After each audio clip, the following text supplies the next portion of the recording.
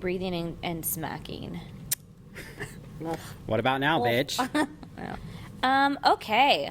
Welcome to Shop Talk. We should come up with like an intro. That wasn't an intro. Whatever that was made me think, we need something else. Welcome. I'm gonna go. It sounds fine. 1, 2, 3. Welcome to Shop Talk.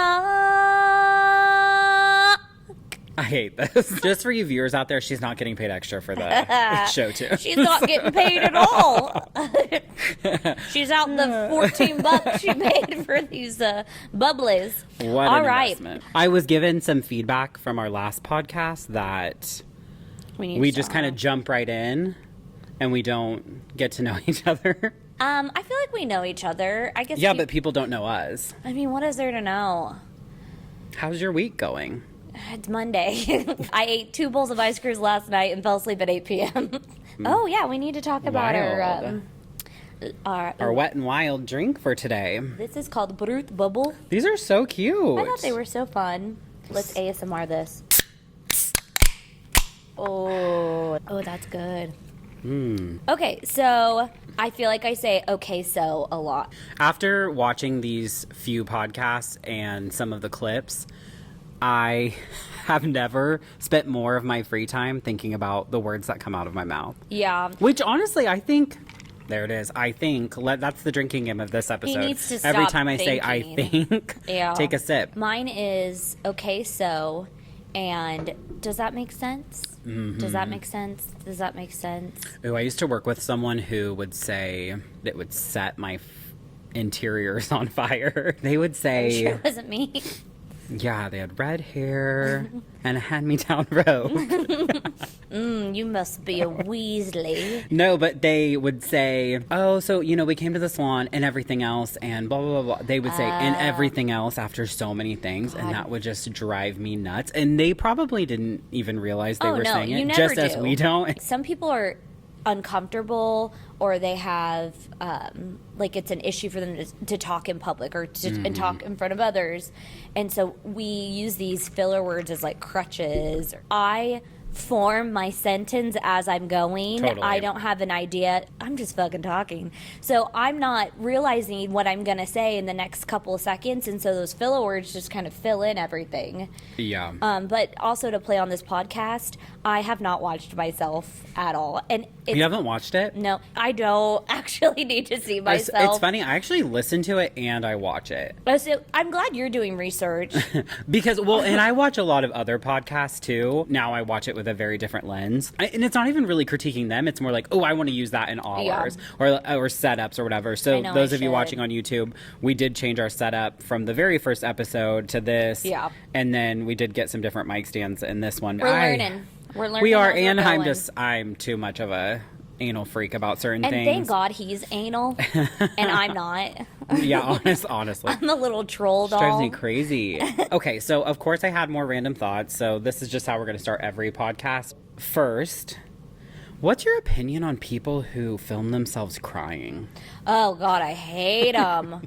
Oh, my gosh. What part of what you're going through that is compelling you to cry makes you think I need to take a video or a photo of this? I mean, you're in a moment of despair sometimes, or happiness. I'm thinking about what's making me cry, not thinking like, oh, God, I should take a photo of this. Right. Oh, God, I bet I look so good. Or I need to take a photo of this to document it.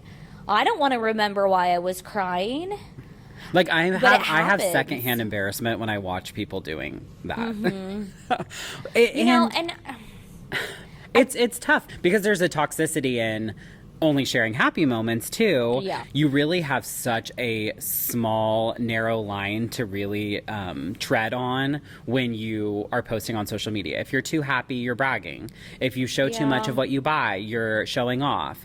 If you don't post enough, why are they just in the background not ever sharing anything? Yeah, you What's don't that matter. about? And so it's like there's this really hard I'm gonna kill her. Oh my God, I'm so excited. Oh. What the are you doing here? Say hi to the camera. Hi, everybody. This is Shop Talk. Katie, tell everyone why you love working at CGW Salon. to work with Tanner Smith. Yes. What's your opinion on people that film themselves crying? I hate that. Yep. It Or gives do you- me like awkwardness. Like secondhand I feel- embarrassment? Yes. Secondhand embarrassment. Gives me And, awkwardness. Yeah. You need likes. The dopamine that's created from the notification. They want to Yep. think like not everything is happy all the time. Which See, I, can you know, cry. I agree with. I definitely have had moments where I'm like posting the sad girl quotes and all of that, and you know, Yeah, put you the have. put the You song. have. I tried to like Yeah, not you've had a few of If those it's a sad moments. day at the salon, we all know because of the music choice. go to, oh jeez. Yeah. Maybe we're just like really judgmental and So and true. it's I saw this quote once. It was like when you're driving, anyone going faster than you is a maniac and anyone going slower than you is an idiot. Yeah. And so it's like it's all relative. Say bye, Katie. Oh, sorry. Bye, shop talk. She's great. There was this old man on the side of the road when I was leaving the coffee shop, and his phone was like this. He was like watching a video. And first I thought, oh, maybe he has bad eyesight. But then also I was like, why is the phone so close to your face? Like, that can't be good. You know, I have a few clients that are my age, maybe a little bit younger, and they have taken their text and made it large print. And every time I see it, I'm like, why is your phone like that? Like, giving them a hard time. Uh-huh. They're smart. They're so smart. Yeah, Whether they they're have not bad straight. eyesight or they're smart. And we should be doing that. I mean, we were just You go getting- ahead. You go ahead and make that a print I extra large should. on your phone. We were giving one of the stylists here a hard time because she was wearing these cheap ass flip flop shoes to work, and we said all of us, you know, especially us in our late 20s, 30s, and have been in the game for a while. Yeah. We're sitting there like, no, you cannot wear that. Your back, your hips, everything is gonna kill you. But I thought I was told the same thing 8-10 years ago, and I was like, oh, whatever, I look adorable, you can, you know, blah blah Yeah. blah. And Think so, about the years we wore heels doing hair. oh, I wore Both of heels. us. Yeah, you wore But heels you know, too. okay, so I had a dream the other week that this girl at the gym that I go to, she's kind of annoying, and I've never talked to her before, but she obviously makes an impact because she made it into my sleepy dreams. But she came in here to make an appointment in my dream, and she was like, well, Lisa takes appointments at 2:30. Why can't she take them at 2:30 a.m.? And was like pushing for me to book a 2:30 a.m. appointment you on book you, it? and I booked it. You dick. That's rude. So what does that mean? What does that say? Like, I was like, Lisa can do it. 2:30? Nah, she's fine. I don't know what that means. Nothing good, but Slave to the game, baby. 2:30 a.m. Can you imagine? But she was just the audacity. She was like, "Oh, you have to book it." Like, if she works I just remember her saying she works 2:30 p.m. Why can't she work 2:30 a.m.? Yeah, And I mean the logic is there. I know. In your dream. I was dying. I was like, "What the fuck?" I had a dream that Ashton, one of the stylists here, took my clippers, which is fine, take my clippers, and use them, and then left them on the sidewalk for me. I was like, "Hey, where are my clippers?" You know, like, "Hey, girlfriend, where are my clippers?" And she goes, "I put them on the sidewalk, like I always do." Like I'm an idiot. Like, duh, they're on. And I was like, "Oh, okay, great," and went and got them. Isn't it? Dreams are so weird. They are weird. Okay, another thought that I had. Do you think that Chris Appleton, for those of you who don't know who that is, Chris Appleton is Kim Sexy. Kardashian's hairstylist. And do you think he Beautiful would be man. as successful as he is if he wasn't so good looking? Cricket. I don't know. Well, okay, so this stemmed from a Yeah. TikTok I saw of him where he was doing an up style on some pretty blonde girl.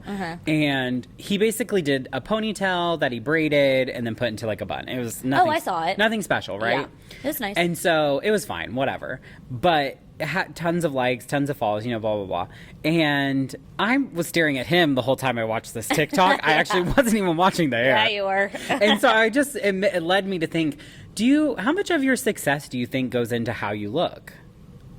Okay, so and from a personal point, not that I'm so good looking, but when I first started doing hair, I was a grandma, like bubble set haircut. I don't know why I thought you said grand mal, like a grand mal seizure.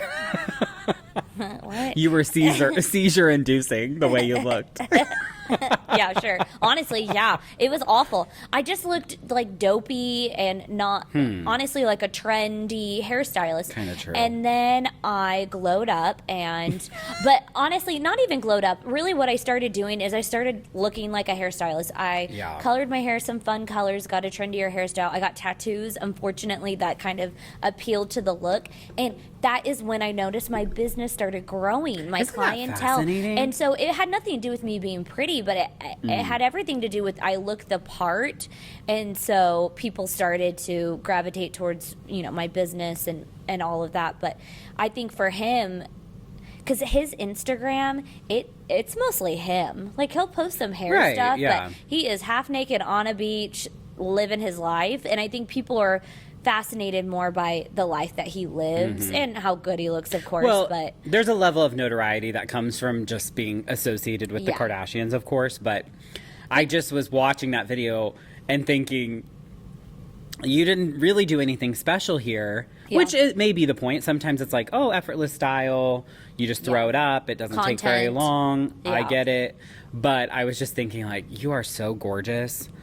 You could slice wheat toast and I would probably watch it and follow. So it is interesting though. And I think what's interesting too is when you and I were starting in this industry, within the first 5 years of our careers, so like the mid 2010s, the time in fashion and the time in beauty was very glammed out, very over the top. Now, I think in comparison to now, everything's so much more casual and athleisure and makeup is not intense like it was. Like, we just glammed out for work. God. And now Ombre, I could never be asked to like put in that much effort. A great example is wedding styles. So when I first started doing hair, it was beautiful updos with a braid, pinned back. Everything was hairsprayed to where if you took it out and didn't wash your hair that night, it was still done. Right. The curls were still intact.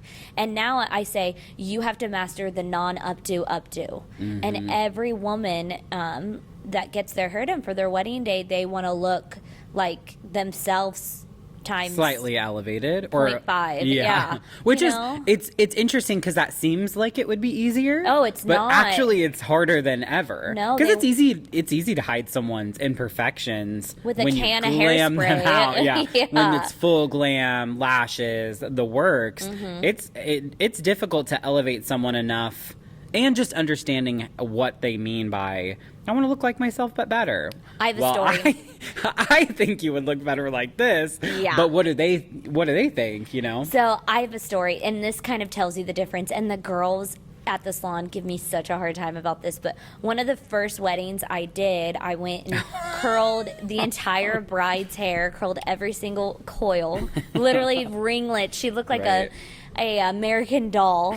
American Girl doll. American Girl doll. Love Anyways, and I go to brush them out and, break them apart. And she goes, "What are you doing?" And that was back in the day This was where like people kind of liked that style. This was on the Like what cusp style? of curls not being brushed out. Well, I it didn't was on think the so. cusp I of wasn't that. into that. But This there was like a period. 2012, 2013, maybe even 2011. Anyways, she asks, she freaks out because I'm brushing it.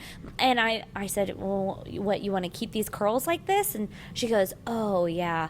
Every wedding photo that she has, she's like leaning forward, giving her husband a fake kiss. And it's like 1 curl, 2 curl, 3 curl, 4 curl." And I'm like, oh, my God. Meanwhile, you're untagging every photo they tagged you in. But that's what she wanted now. Yeah. I mean, sometimes I don't even curl people when I do their hair for the wedding. I'm kind of maybe adding texture, but that's what you want. It's very different, and that's just how it always is. Yeah, it's ever evolving, of course. We need to do a whole episode on bridal catastrophes. Not really. Actually, bridezillas are not as common as you would think. Bridesmaidzillas. Or bridesmotherzillas. I have a story that I'm just waiting to unleash. For our viewers, please tell us any questions you have about bridal. Yeah. Bridal. If Please, you are because- getting married soon and you have questions, Yeah. No, we message us. definitely have to do a bridal episode. Okay, I have one more thing to add. great. Have you seen the upcoming trailers for the new Netflix show about Wednesday Addams? Nope. Cool. Nope, not at all. Why? Great. Anyways, yeah, it looks pretty good, but it's basically all centered around Wednesday Cool. and her going to school. Addams Family is such an iconic story, but I think for like hair and makeup, it's really fun because there's this play of like gothic versus natural and all of those things, but I wish it was a little darker. Like you need to watch the trailer because it's definitely very family oriented. I think it's from Tim Burton. He's kind of dark though. Yeah, he is. Like I wish it had You're more of like an surprised? Edward Scissorhands vibe. Yeah. In the scene of the trailer, one of the jocks are mean to her, and he's like the swim captain, and she releases piranhas in the pool. Cool. while they're Don't all we wish swimming. everyone right now is picturing somebody they wish they could have done that too? But I am excited to watch it and see kind of like the hair and makeup and just kind of how they take such an iconic role, like Angelica Houston. Mm-hmm. Original Morticia, like what an iconic role. How can you even replace Yeah, that? she But killed it. Catherine Zeta, I feel like would be a good. She doesn't age either. Give Morticia give would us be your an secrets. awesome role to have. Okay, should we jump right in? Today's episode is why you didn't get the hair you wanted and paid for it. Spooky. Ooh, dun dun dun, bum bum bum. We are rapidly approaching spooky season. Ooh, Which I'm so excited for. I'm really sad about the weather change. Like, I'm not ready for being inside all the time and it being cold and sad and dreary, but I am excited for the fashion and the movies and all of that. fall's exciting. Before we jump, and that too, I was watching the last episode and I was really angry at myself for how many times I interrupt you, so I apologize publicly here. See, this is why I don't watch him. The whole time I'm going to be like, that little bitch, he cut me off again. Can you shut the... I'm excited about this Okay. episode. I was brainstorming this morning of, brainstorming and going through a lot of the questions that people put in, and there was a lot of client horror stories. I'm like, well, yeah, there's plenty of that stuff. I'm not here to embarrass people. He might be, but I'm not here to embarrass people. I'm ready. I need a whole episode just To embarrass people. Not to embarrass them, but like set the record straight. And Well, and I mean, this goes to our last conversation about leaving reviews publicly, and they're not very productive, in my opinion. But I just kind of wanted to talk about hair expectations. Yeah. And why we price for that, and why sometimes you still pay the price of whatever was quoted, but you didn't get what you wanted. Yeah. And there's reason behind that, and there's a lot that I was going through a lot of am I the assholes? I have one today. Ooh, I'm excited. And a lot of them were, am I the asshole for refusing to pay the price because that's what I wasn't quoted? There are a lot of that. And yes, no, maybe so. I think a lot of it goes into the stylist needs to constantly be having a conversation with the client about, this is what's going on. So maybe the price is going to be this much. We tell the girls always in their consultations, like under promise, over deliver. Always under promise, over deliver. So important. And that kind of goes to your price. It needs to be like overprice and then go under. Well, it's so much Overquote. easier to tell someone, hey, your hair's going to cost you $400 today. Whoa, that's a lot, but okay, cool. And then to come back and say, actually, we didn't end up using as much product, or we didn't end up having to do this, so it's going to be $350 or whatever. Halfway through the, hey, it looks to me like I'm going to have to, do another round of lightener on your hair. So it's going to be this much more. Are you Right. fine with that? They say no, then there's a new game plan that you two have to come up with. So we're going to start with, am I the asshole? Okay, yes, I love these. Am I the asshole for throwing a temper tantrum at the salon I go to? Okay. Okay. My initial response is yes, but I know. need some context. I mean, a temper tantrum, like my 11-month-old throws those, like Barely. Yeah, barely. So, Okay, so I, 20 female, have a really bad history with hairdressers. When I was younger, a hairdresser bleached my head before putting on color, but the color washed out in less than 2 weeks, and I was left with yellow hair that was so damaged it was falling out in clumps. Whoa. I spent 4 years growing it out and being scared of hair salons. And now my mom convinced me to try it again. I agreed and told her to book me something non-invasive and with someone she trusted. Okay. When I was sitting in the chair, my hairdresser announced that she will be bleaching my whole head and putting on color. Right. That's her trigger, right?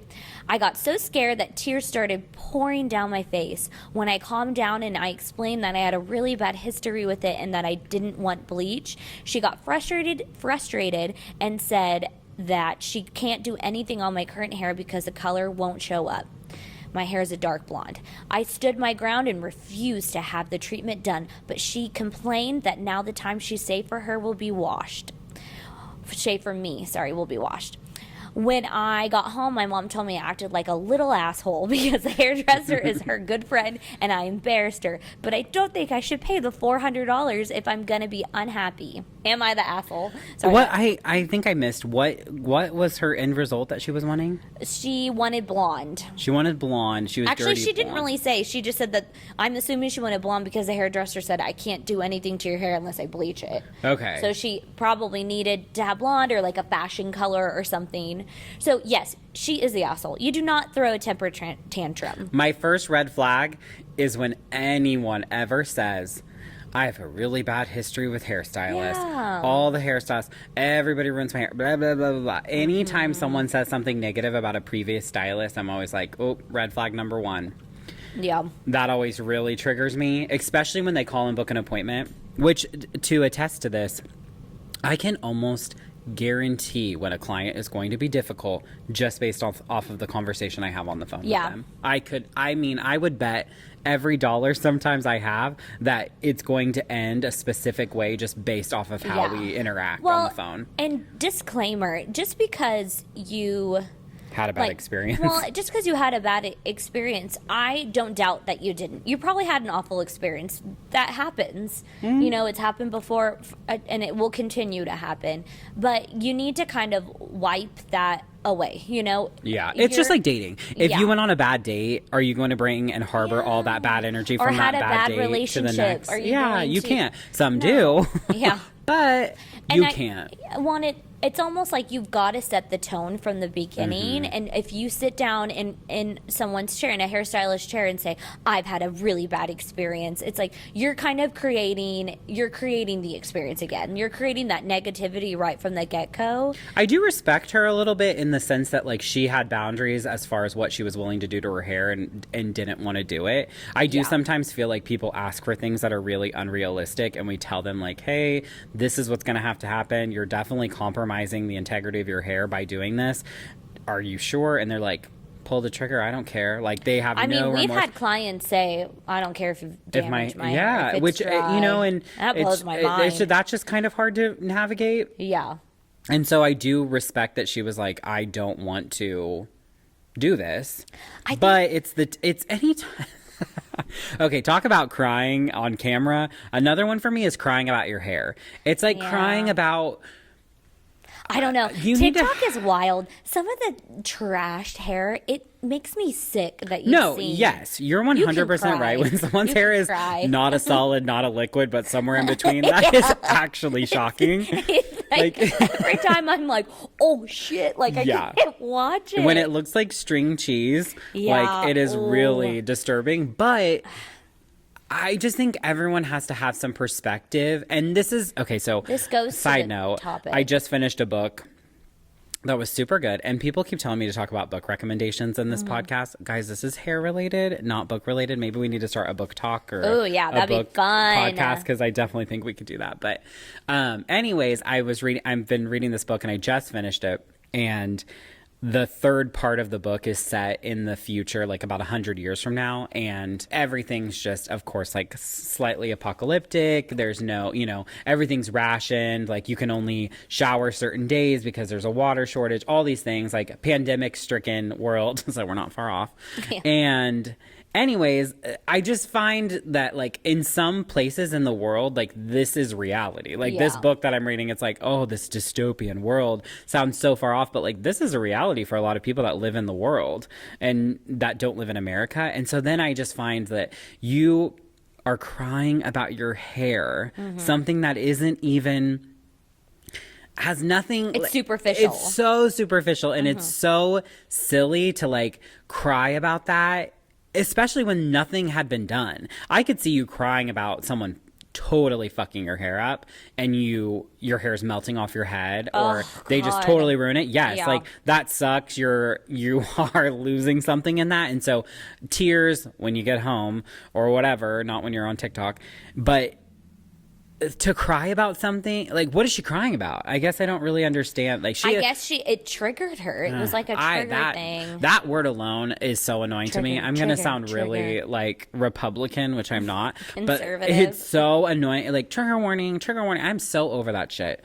It took me forever to realize what like, TW was. Oh, God. I asked my sister-in-law because I was on a baby page, and it was like Trigger warning. TW labor story. Who are trigger warnings for? True Water. Does anyone know? What? Who are trigger warnings for? I don't know. Honestly, when they say so over it. they say trigger or TW trigger warning, I'm like, cool. You lean in. You lean into the it's trauma. It's like when someone says don't look. Yeah, you look. exactly. You always look. Exactly. I guess so. With this, I kind of want to lead into like, for one, she said that the hairstylist was upset because she had booked out this whole time, and that kind of goes into you didn't get the hair you wanted, but you still had to pay for it because your expectation was one thing. Hopefully the hairstylist had a really good consultation and conversation with you about expectations versus reality. Right. But whether you didn't get what you wanted or not, you still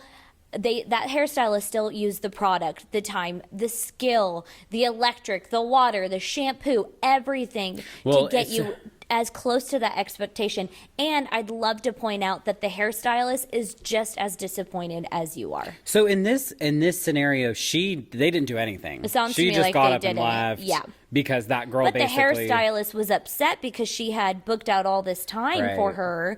It sounds to me like the hairstylist was like, I'm picturing her with like smoker's voice, like The hairstylist? Yeah, like, well, I wasted $400 Like, on you. Did you ever watch The Simpsons Yeah. and the two ants? Yes, just like that. Smoke coming out of They're always smoking. every pore. Literally always. Yes, but for some funny. reason I picture her like that. But anyways, this hairstylist was upset. Sounded to me like if it were me, I probably would have said like, okay, let's wipe your tears, bitch, and let's come up with a game plan. Bleach clearly is a trigger for you. I'm just picturing this woman who went in to get her hair done. I don't even want to say woman. I want to say girl because it feels very childlike. She's a 20 female, but yeah. Okay, 20, yeah. So you're a baby. God, you didn't listen to I'm any sorry. of it. You read it really fast. Did I? Yeah, it read was super normally. fast. And so I was like, Okay. And I get distracted easily. No, I guarantee you were over here critiquing my inflections. I actually was. I knew it. I definitely was. I was like, ooh, she should have paused there. Yeah. No. But Go on. yeah, I just pictured like a somber, sad girl who just can't really handle the complexities of life. Yeah. I don't know. That's what's hard is I do feel like we kind of keep having this narrative of like people can't be unhappy or people can't complain or people can't say how they feel, which is totally not what I think we're saying. I think it's No. just for me, It's not productive. well, for me, it's just always like about gaining perspective. Yeah. And if you are in a situation where something is upsetting to you, I always try to peel myself back and say, okay, is this something that I actually should be upset about? Or is Yeah. this something that really should be that disturbing to me? And most of the times it's not. My emotions are not actually, I just saw a TikTok that was like, it was I don't know her name, but she's an actress on The Big Bang Theory, and now she's the host of Jeopardy. Kaylee Coco. No, she's the host of Yeah. Jeopardy now. Oh my God, guys, Ted loves Jeopardy. That's the only thing he'll watch. Wild. It's the blue screen. But go on. And so she was talking about how she once in situations she's had to really teach herself to respond and not react, and those are very different. And Always. so I think for me in this situation, you have to not lead with your emotions on both sides. I have a lot of situations where I talk to the stylist and they're really genuinely upset about an interaction, whether it's a client who's wanting to cancel last minute or reschedules a lot, and they're harping on this client and they're so frustrated and they're really leading with their emotions. And I try, and again, as the manager, it's easy for me to not have that kind of emotional response Doesn't to affect it. you Of course, directly. it's not directly affecting me. And so you just have to hold people to the systems. And again, who knows, this stylist maybe doesn't have any sort of like cancellation policy or no-show policy or something that protects her in the event of someone not completing the service that they're booked for. But to me, it's like, okay, you don't want to do your service today. That's totally fine. That does mean this is a cancellation of the appointment, and therefore we do have to go ahead and process a cancellation fee of 50%. It's easy. It's simple.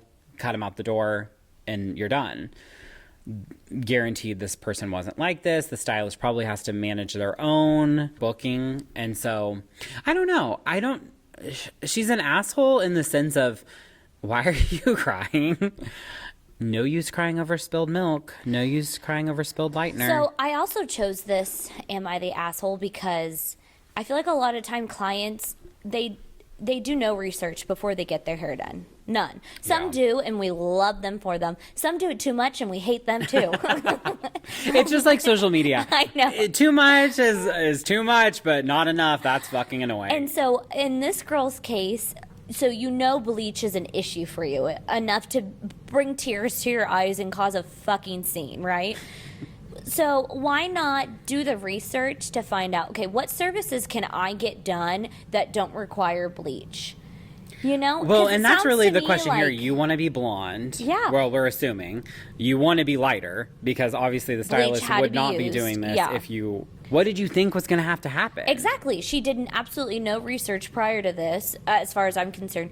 But then, and I feel like that kind of goes into the theme of this episode, because people, they want Certain things. They do no research. They want certain things that aren't going to happen. Let's be honest. We can work our way to that, but they're not going to happen. And then they're upset that they're still spending, X, Y, and Z on this service. There's such an impulse of, I see this cute girl on TikTok with this fun silver hair or whatever color, and they screenshot it and they want to be that girl. Yeah. And I Always. find that's really the problem is there isn't actually much forethought. It's all about in a moment they want to be someone else. And Yeah. I even do this. I was thinking about this today.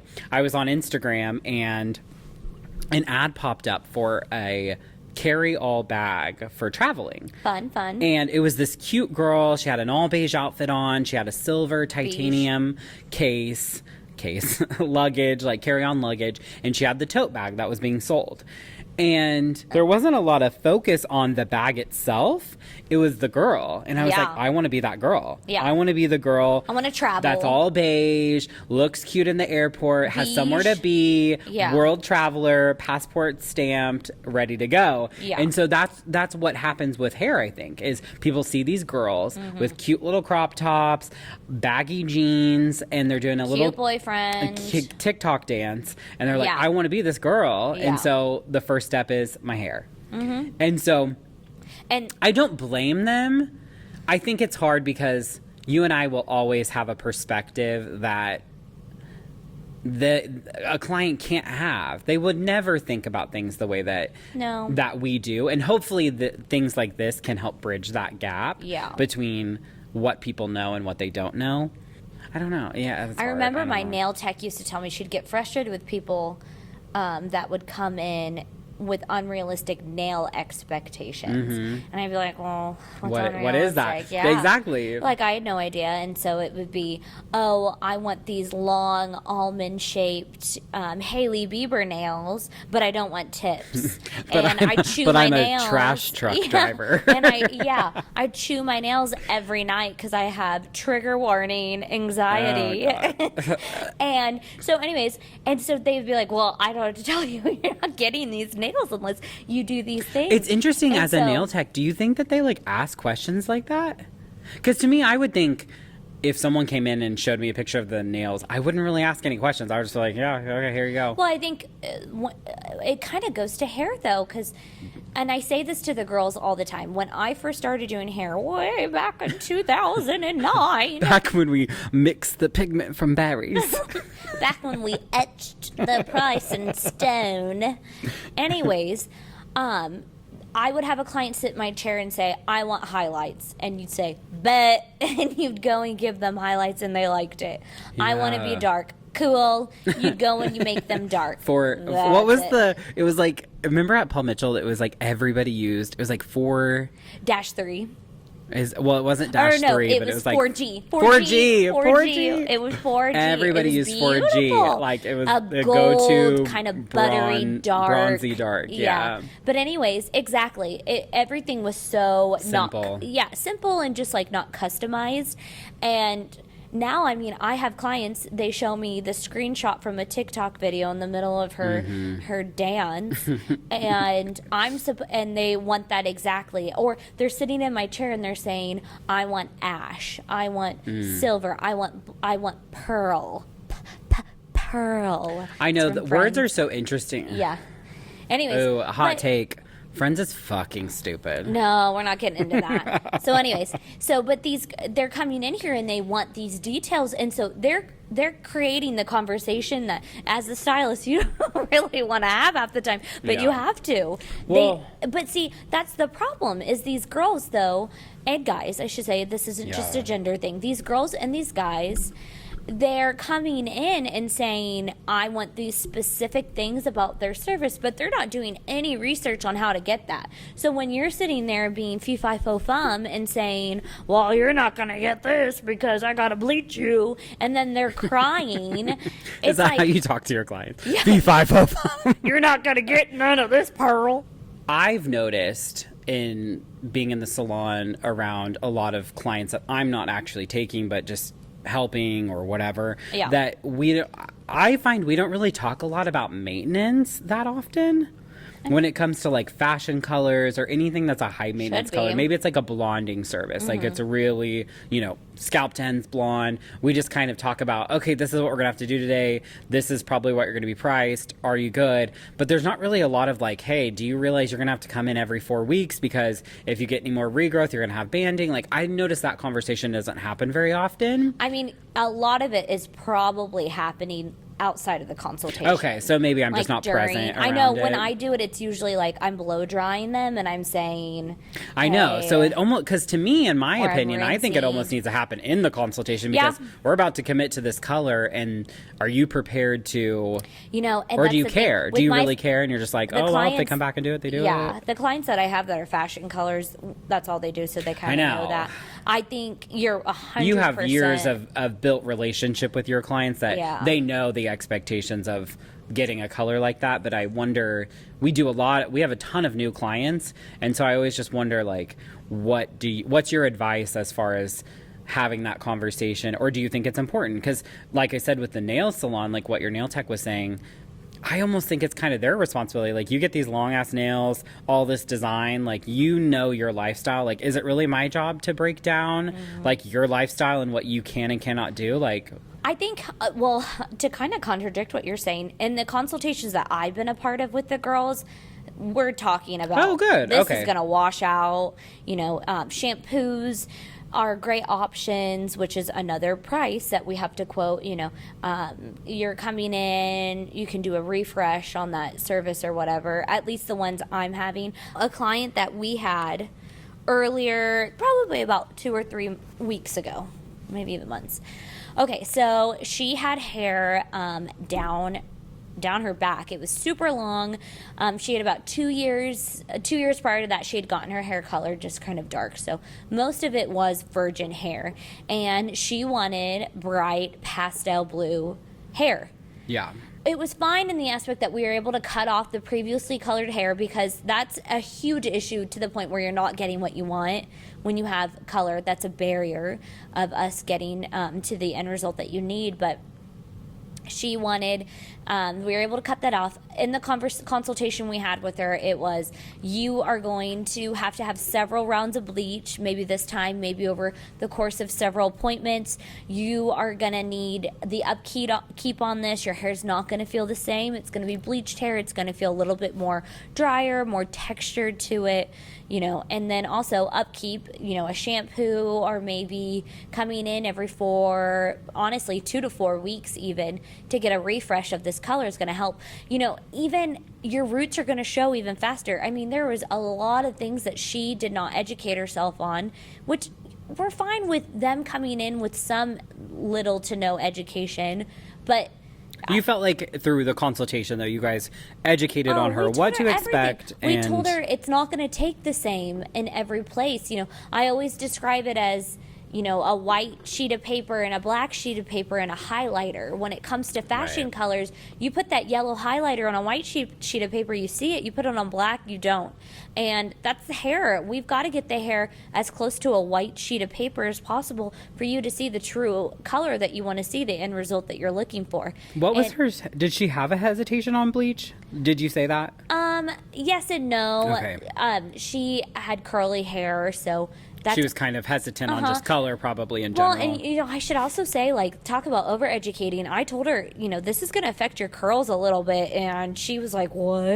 Didn't even know that. And so there's that conversation. Sometimes I feel like I over-educate, and I need to stop, because I'm creating It's like complex, you need to give them you almost need to give them, like, the 3 top things that they need to know, because too much information can be sometimes overwhelming. It can, and I need to learn that, but Stop talking. Anyway, so the next issue with this client particularly is that she thought this was a service that could be done in a few short hours. Said, 2 or 3 hours that she had available. She had some prior commitments, which I do think as clients, like, you do need to offer that information up in the initial consultation, or like when you get there, because if we're doing something that is a long-term situation and you have to really put in a lot of work into it, that can take 4 to 5 hours, depending, especially when you're doing 2 color processes like you do when you're doing a fashion color. That, and yes, tell us your expectations, but also that's fine if you have an expectation, but you need to make it work, because I'm not going to block out 5 hours of time. You tell me you have 2, and then we're not doing it.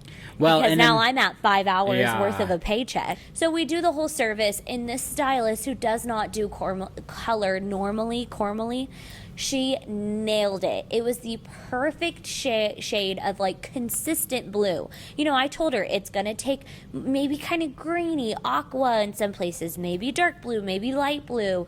She nailed it. It looked like a flawless color.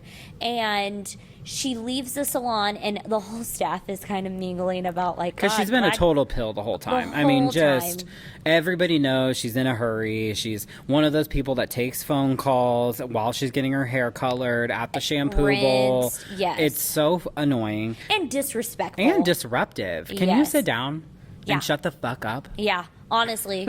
And so she leaves. Anywho. We're all kind of, and don't come for us talking about a client after they leave. Like, this is a normal work environment, just as any other. Right. Like, your sorry, doctor does it too when they have to look at your weird big toe. They're talking about you. When you didn't floss for a year, your dentist was telling all the associates about that. It's so true. Like, not that we want to talk bad about people, but when you're because the thing is I would say 9 out of 10 clients, we don't even think about when they walk out the door. We're on to the next client. We are not thinking about you or talking about your hair, honestly. And I just felt so bad for the hairstylist, because, and this goes back to our title, like, we get just as disappointed about a service as you do. And I think she was disappointed by the interaction itself. Yes. Because the color was it. And I think she just kind of felt defeated, because it was like, God, I spent so much time and money and skill and brain matter on this service, and you just kind of sucked. So she leaves. We're kind of all talking about, like, oh, that woman just was not very respectful during the service, rushed her. And you're never going to get a good end result when you rush somebody. And 100%. In what situation do you rush something, a service, and it turns out great? Can you imagine rushing like your doctor in surgery? Oh my God. You're like, hey, I know the surgery takes 4 hours, but could you do it in 2? Like, I've got a lunch to get to. So she ended up doing a really good job on the service. Well, anyways, she leaves. She loved it. I took all the after photos. Yeah. So I can attest. I showed her the videos. I showed her her hair. I was like, we took you there. It looks great. She loved it. She ends up sending us 4 photos. The photos that always get me are the ones that are in their basement bathroom. Yes. It's like it's the fucking Saw and bathroom. and they're underneath, like their head is Fluorescent. 3 inches from the light bulb. in the shade under a tree. She was having a picnic. So I couldn't see that. I couldn't even see the hair in that photo. The other photo was skewed because of lighting. The one in her car was blurry and weird. And then the last one was in natural lighting in the sun, and it was beautiful. It was exactly the color that she left with. Well, and this is a lesson for you hairstylists out there. Take before and after photos of everything that you do. Even if you don't post them. Yeah, even if it's not for social media content, take it for, I say, insurance. Yep. Because then you have something that's like, hey, when you left the salon, you had this hair. Yep. And, or you can see some of the things that you would like to do better next time. Yeah.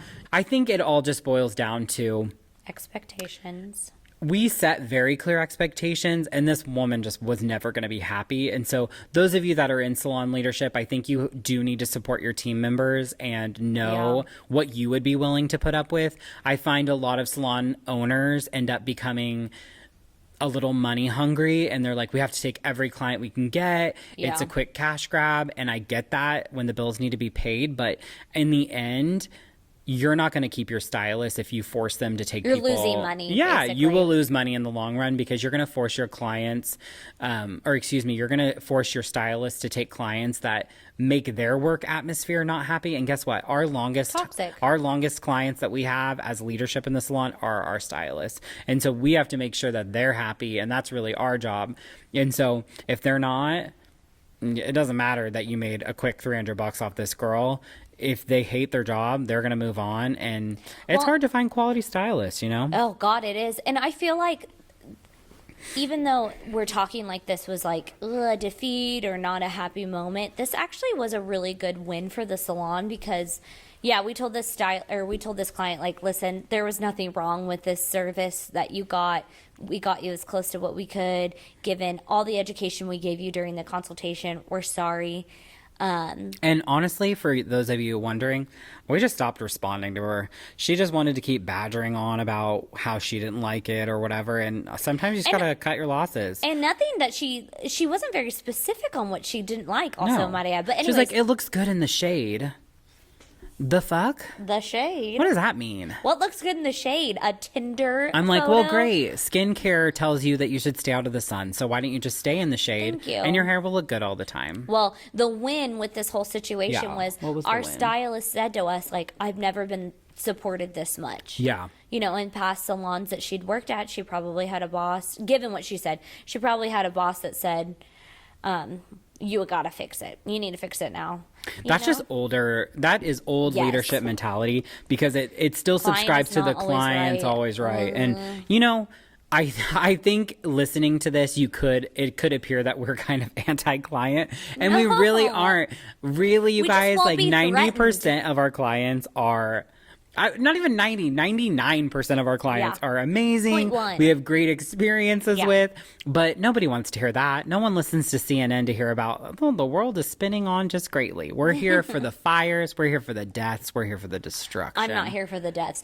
Shark attacks, they're Just saying. apparently Do you want to hear not about up. the friendly shark, or do you want to hear about Jaws? Yeah. So that's what you're here for, guys. You're here for the bloodbath. wanna hear about and this Bruce? bitch, she was a bloodbath. And you know what? I don't care. We I cauterized almost that wound and Oh my god, can cauterized be our word for drinking? Every time you say Cauterize. We cauterize that wound and everyone's good. Where the fuck did you pull that word out of? My God. I can be smart. Anyways, so But I'm yeah, going to leave this entire what's your segment final with- note of, what's your final lesson of the day? So all the questions that we got, a lot of them actually, I should say, were client horror stories. So this Here's is one for a ya. great one. And God, I just want to lead with this. So expectation versus reality. We were packed at the salon. Every stylist had a client. I had 2 clients at the time. Tanner comes up to me and he's like, there's a lady who wants to talk to you. Oh, God. Okay. And I should say that Tanner doesn't, usually Tanner is like, I shut a it down. message. Yeah. He does. I'm like, no. But this woman was, She was persistent. And She said she wasn't going to leave. She was like, I'll wait. I'll wait. I'll Well, sit I'm here and sorry, wait. bitch. At 5:30 and I have Yeah. 2 clients, we can talk at 9:30. You know, it doesn't work like that. Yeah. Well, anyways, I found 5 fucking minutes for this woman, and she, That was when you were supposed to be eating your lunch that you hadn't eaten at noon. yeah, exactly. And so I'm like, hi, my name is Lisa. How can I help you? And she said, hey, I want to get this color done. I want to see, I was referred to you, which is great. I will take as many referrals as possible to myself to the salon, so I will never complain about that. But she said, I was referred to you by one of your clients, and I want this color. She flips her phone over, and she shows me, I kid you not, a photo of herself on Snapchat in cartoon. She was a fucking cartoon. She had cartoon hair, eyes, everything. And she said, and I look at her and I said, that's a filter. I I'm didn't just even know. picturing your face. Well, and It was that face. well, and let's yeah. Let's talk about like setting the consultation and the appointment up for success. I was already annoyed because you basically weaseled your ambushed. way. You were yeah, ambushed for sure. into talking to me, which I'm not a celebrity or anything like that, but like respect my time. You can't just show up and be like, I want to talk now. Do Well, you do that to yeah. people's homes? And how would she feel if she was in the client's chair getting her hair Yes. done? And it's like, hey, I got to stop to go talk to I'm this. sure I had a new client at the time. Anyways, and then you show me a fucking cartoon of yourself, lavender cartoon of yourself. And so I looked at her and I said, that's a cartoon. What do you want? I'm confused. And she said, well, I want that hair. I want that lavender hair. And I didn't have time to get into all of it, like bleaching, blah, blah, blah. That's a cartoon. It's high maintenance. It's a cartoon. That's a filter because it's a cartoon. If I remember correctly, I feel like you were talking to her while you were doing a client's hair. Like, I don't Part think you of it, had 'cause time it- to stop and talk to her. I think it was like, yes. you were just like, come over here. What do you want? Yeah. It was both. I remember Okay. talking to her a bit and then having to be like, okay, this keeps going. I have to go. She had an Android too, so Yeah. that tells you. Okay, so I feel like we need to give clients or those listening some kind of a takeaway of Yeah. there's some way to bridge the gap between showing us a Snapchat filter of your hair as a cartoon to being able to kind of understand what it takes to go from one color to the next. So Like, what advice would you give someone? we're professionals, so we're always going to hold the most knowledge. And you need to come to us with questions. I don't want you to think that I you need to can't know as much as you. questions or exactly Yeah. that. So just do a little research. You're finding the photos there. You're online. Google what it take brunette to blonde, blah blah, and yeah. somebody will give you a brief idea of you got to bleach it X amount of times. God knows there's enough YouTube videos out there of girls bleaching their own hair and what ends up happening.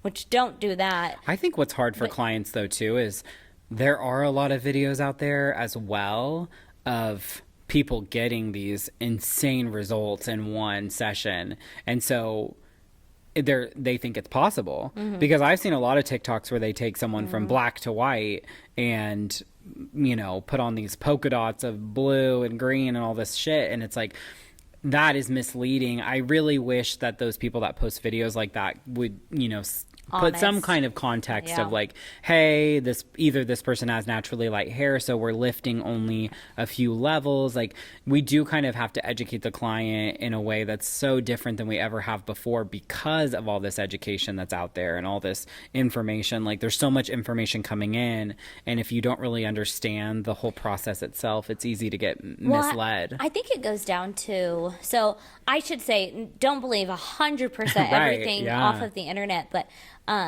when I was getting all of my tattoos, I chose this tattoo artist that did a lot of color and bright and fun stuff. I just liked their style and their vibe. I was super into it. And I remember one of my good friends said to me, what are you doing? Like, you want black and white, you want line work, you want gray, all of that. Like, you can't, I shouldn't say black and white, black and gray. You cannot go to somebody that specifically does color. They're not going to know what to do with somebody that doesn't want any color. And I thought, oh, that's wild. And so your takeaway needs to be, do a little research, kind of have an idea of what it's going to take to get you what you want, but make sure you're choosing the stylist that you want, because at least in our salon, our stylists are here for the long haul. They want to invest in you as much as you want to invest in them. And so we expect you to come forward with that. Yeah, no, I think that's good advice. I would also add to it, ask somebody that's done it. Ask a client. Like, I guarantee you have a friend or someone you follow on social media that has done this and has taken their hair from, whatever color to a light pastel or a really bright blonde, and ask them like, hey, what have you experienced? Did you like your stylist? Ask some feedback from someone that's done it, because then they can tell you like, hey, I had a lot of hair fall, or it really helped that my stylist offered Olaplex. Like, you could just get educated in more of a referral type of way. I didn't love it the first time they did it, but they said it was going to take... it would take sessions. Like, we had to do this 3 or 4 times. And there's something so trustworthy in the client sharing that experience.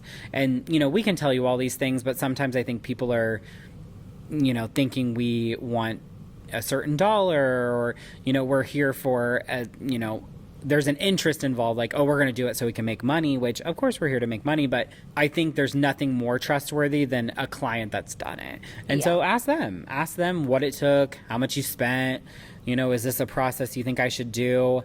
And so I think that can be really helpful too. Yeah. Okay, so I'm thinking for our next episode, maybe you guys can weigh in a little bit. We're thinking either like a bridal episode, talk about bridezillas, momzillas, everything that goes into bridal. Or I was thinking like maybe like a social media, talking about gaining followers, what it takes to like represent yourself well, branding yourself. So maybe you guys can weigh in. Let us know what you would like to see, what would be beneficial to you and yours. Give us a cocktail idea for the next one, because I'm tired of the vodka Sprite zeros. I'm not. All right, guys. Thanks so much for watching. Bye. Ugh, yuck.